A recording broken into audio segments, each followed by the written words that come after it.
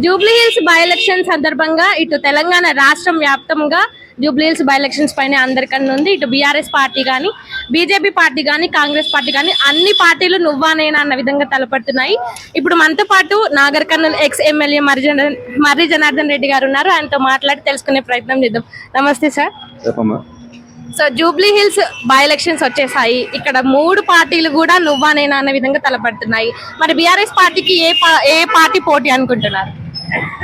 పోటీ కాదమ్మా. ఇక్కడ ఆల్రెడీ ఇక్కడ జరుగుతున్నటువంటి 10 సంవత్సరాల కేసీఆర్ పాలన, 23 నెలల రేవంత్ రెడ్డి పాలన మీద జరుగుతున్నటువంటి పోటీ.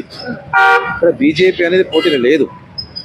10 సంవత్సరాలుగా జరిగినటువంటి అభివృద్ధిని, ఈ 23 నెలలుగా మోసపోయినటువంటి మోసాన్ని ప్రజలు గమనించారు. ప్రజలు గమనించి 10 సంవత్సరాలు కేసీఆర్ ఉన్నప్పుడే బాగుండే కదా, ఈయన 23 నెలలు అయితే వచ్చి చిన్న తట్టెడు మట్టి తీయలేదు, గలీలకు పోతే ఒక రోడ్ వేయలేదు, కనీసం వీధి లైట్లు పోతే వీధి లైట్ల గురించి పట్టించుకునే పాపాన పైన నాయకుడు లేరు. ఇక్కడ మొత్తం పాలనా వ్యవస్థ, మొత్తం గ్రామీణ పాలనా వ్యవస్థ, పట్టణ పాలనా వ్యవస్థ పూర్తి అంటడిగిపోయింది. అందుకే ఇట్లాంటి ప్రభుత్వాన్ని నమ్మి మోసపోయినాం కదా, ఈయన ఏదో ఏదో కొత్తగా వచ్చి ఉద్ధరిస్తాడు అనుకున్నాం కదా, అసలు మోసపోయినాము కదా, అసలు ఒక దొంగ నమ్మినాము, ఒక మోసగానే నమ్మినాము అని చెప్పి ప్రజలకు అర్థమైపోయి ఇలా గ్రామీణ ప్రాంతం నుంచి ప్రజలు ఫోన్ చేసి ఇక్కడ జూబ్లీ హిల్స్కు, ఇగో మేము తప్పు చేసినాం, మీరు కేసీఆర్కి ఓటేయండి, కారు గుర్తును గెలిపియండి, చేయి గుర్తును నమ్మితే మోసపోయినా. ఇవాళ కారు గుర్తు మొత్తం తెలంగాణలో ఉన్నటువంటి 4 కోట్ల మంది ప్రజలు ఇవాళ జూబ్లీ హిల్స్ వైపు చూస్తున్నారు. ఎందుకు? ఇక్కడ రేవంత్ రెడ్డి పాలన మీద వ్యతిరేకత మీద జరుగుతున్నటువంటి ఓటు బ్యాంక్. కాబట్టి మీరు జూబ్లీ హిల్స్ లో కారు గుర్తు గెలిస్తే రేవంత్ రెడ్డి ఇచ్చినటువంటి 6 గ్యారెంటీలు మన ఇంటికి వస్తామని ప్రజలకు తెలియజెప్తున్నాం. ఇలా ప్రతి ఓటర్ని కలిసినాం, ఇక్కడ నుంచి ప్రతి ఓటర్ని కలిసి రిక్వెస్ట్ చేసినాం, ఇగో మీరు రేవంత్ రెడ్డికి ఓటేస్తే ఇది జరుగుతుంది, కారు గుర్తుకు ఓటేస్తే మీకు ఇచ్చిన 6 గ్యారెంటీలు మీ ఇంటికి వస్తాయి. పాలన రేవంత్ రెడ్డి పాలన చెట్ట, లేకపోతే అదే బూతు పురాణాలు, అదే బూతు మాటలు తిట్టుకుంటూ కాలయాపన చేస్తారు తప్ప మీకు పాలన అందించడు.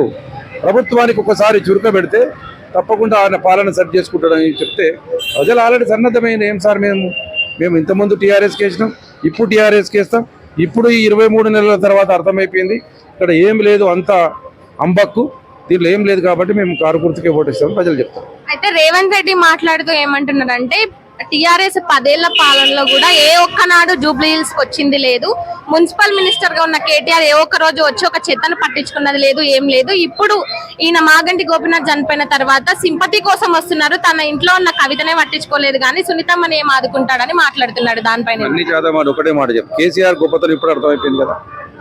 ఒక ముఖ్యమంత్రి అని అంటే ఆయన బై ఎలక్షన్ వస్తే ఒక్క మీటింగ్ పెడతారు.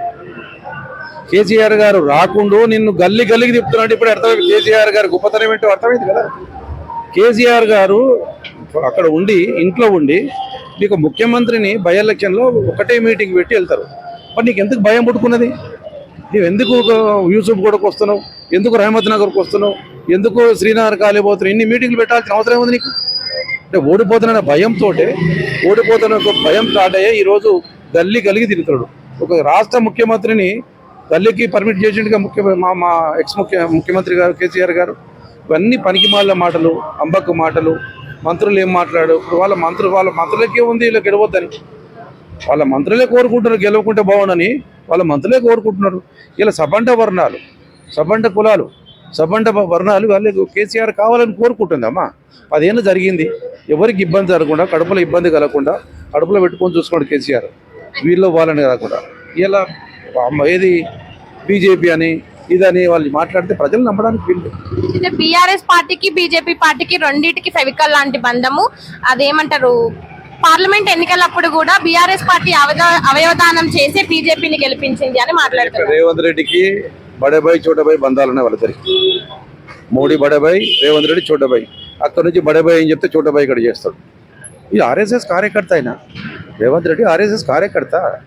ఆయన వాళ్ళకు సంబంధాలు ఉన్నాయి, వాళ్ళకున్న సంబంధాలు మీ అందరికి తెలుసు, ప్రజలందరూ అర్థమైంది. కేసీఆర్ నరేంద్ర మోడీని వ్యతిరేకించిన ఒకటే ఒక వ్యక్తి కేసీఆర్. మరి మాకు వాళ్ళతో సంబంధాలే, మా పార్టీ మాకుంది, మాకు ఒకటే తెలంగాణ బంగారు తెలంగాణ కావాలి.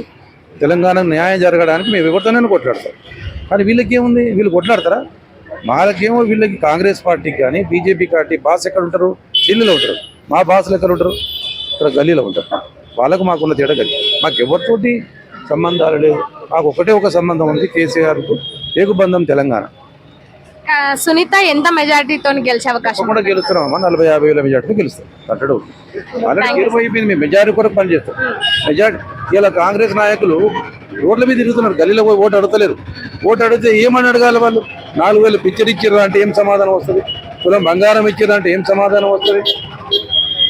4,000 రూపాయలు పింఛన్ అంటే ఏం సమాధానం వస్తుంది? వాళ్ళకి సమాధానం లేక కార్యకర్తలు, గ్రామీణ ప్రాంతం కార్యకర్తలు వచ్చి రోడ్ల మీద నిలబడి ఫోటోలు దిగిపోతున్నారు. Door to door. మేము డోర్ టు డోర్ పోతున్నాం, పర్సన్ టు పర్సన్ కలుస్తాం. మేము పోయేది కలిసి మేము ఏ చేత కారకండి, మేము కారకేస్తామండి. మీరు తిరగాల్సిన అవసరం లేదు, మీరు రావాల్సిన అవసరం. ప్రజలు మాకు చెప్తున్నారు, స్వచ్ఛంగా చెప్తున్నారు అండి. అది ఓకే.